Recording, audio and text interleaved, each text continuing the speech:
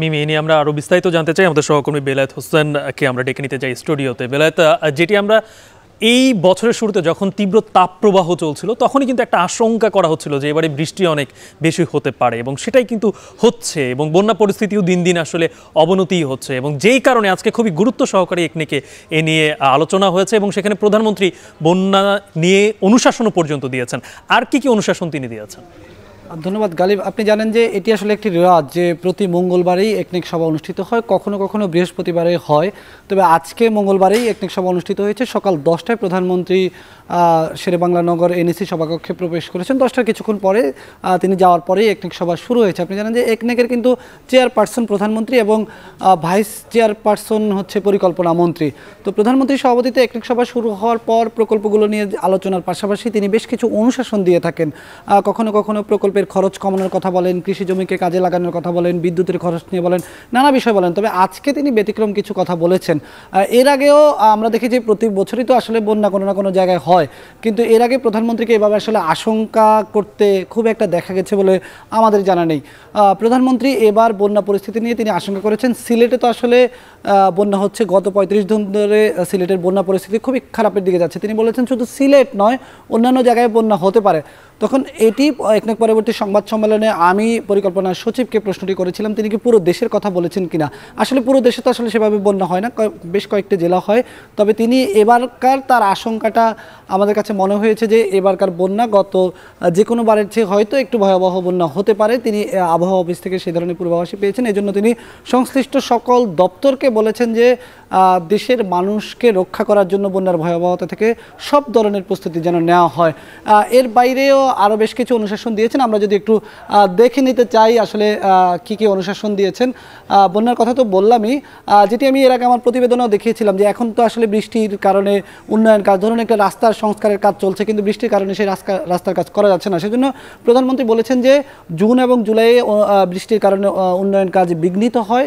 সেজন্য এই 2 মাসে তিনি বলেছেন দাপ্তরিক কাজগুলো গুছিয়ে রাখতে, বিশেষ করে অর্থ ছাড়ের কাজ আছে, প্রকল্প অনুমোদনের নানা ধরনের যেই দাপ্তরিক কাজগুলো আছে সেগুলো যেন শেষ করে রাখে। আর একজনকে একটির বেশি প্রকল্প পরিচালক না করার তিনি নির্দেশ দিয়েছেন। আপনি জানেন যে প্রত্যেক অর্থ বছরে 1500-র মতো কম বেশি প্রকল্প নেওয়া হয় সরকার। তো সেখানে একজন যদি একাধিক প্রকল্পের পরিচালক থাকেন, তিনি কিন্তু কোনোটাতে বেশি নজর, কোনোটাতে কম নজর পড়ে। সেজন্য প্রধানমন্ত্রী বলেছেন তিনি যাতে তার আন্তরিকভাবে সর্বাত্মক প্রচেষ্টা দিয়ে একটি প্রকল্প ভালোভাবে বাস্তবায়ন করতে পারেন, সেজন্য একটির বেশি প্রকল্পের দায়িত্ব না দিতে তিনি বলেছেন। আর ঢাকার আজকে একটি প্রকল্প অনুমোদন হয়েছে ঢাকার পার্শ্ববর্তী কৃষি অঞ্চলের জন্য।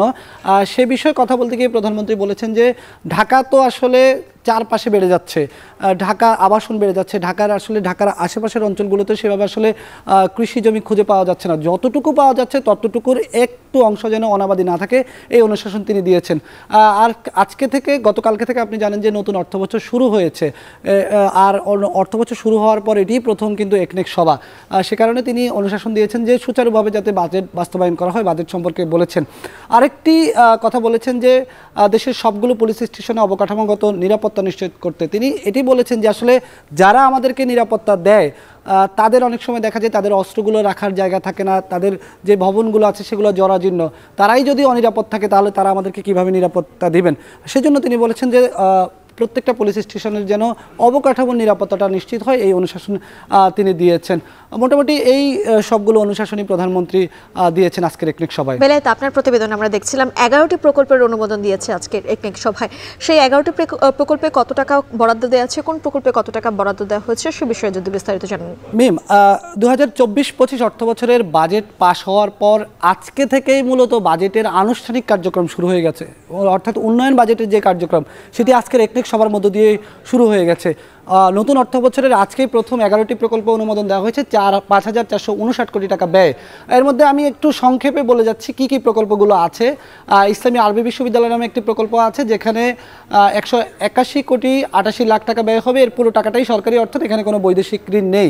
আর কুমিল্লা থেকে সালদা হয়ে কসবা পর্যন্ত একটি সড়ক আছে, সেটিকে মহাসড়কে উন্নীত করা হবে, সেজন্য 1396 কোটি 85 লাখ টাকা ব্যয় একটি প্রকল্প নেওয়া হয়েছে, এখানেও বৈদেশিক ঋণ নেই।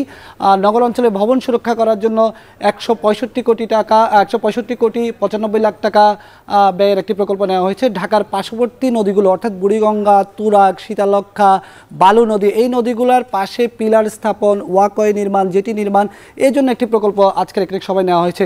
পুলিশ স্টেশনের প্রশাসনিক কাম ব্যারাক ভবনের জন্য, যেটি এর আগে বলছিলাম, 1624 কোটি টাকার একটি প্রকল্প নেওয়া হয়েছে।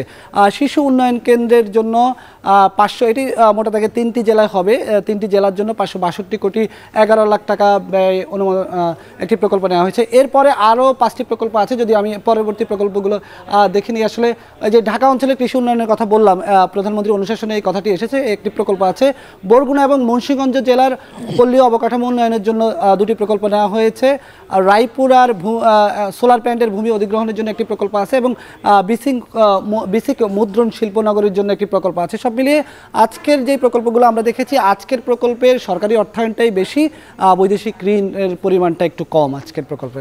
বেলায়েত অবশ্যই, এবং আপনার অনুশাসনের দ্বিতীয় যেই লাইনটা ছিল সেটা দেখে আমার নিজের আসলে খুব ভালো লাগছে যে জুন জুলাইয়ে যদি কাজ করার থেকে যদি বিরত থাকে, তাহলে জুন জুলাই মানুষ যখন বৃষ্টির সময় সব থেকে বেশি কিন্তু খোঁড়াখুড়ি কাজটা হয়, মানুষও ভোগান্তিতে পড়েন, সেখান থেকে মানুষও নিশ্চয়ই কিছুটা উদ্ধার পাবে। আপনাকে অসংখ্য ধন্যবাদ আমাদের সঙ্গে যুক্ত হওয়ার জন্য।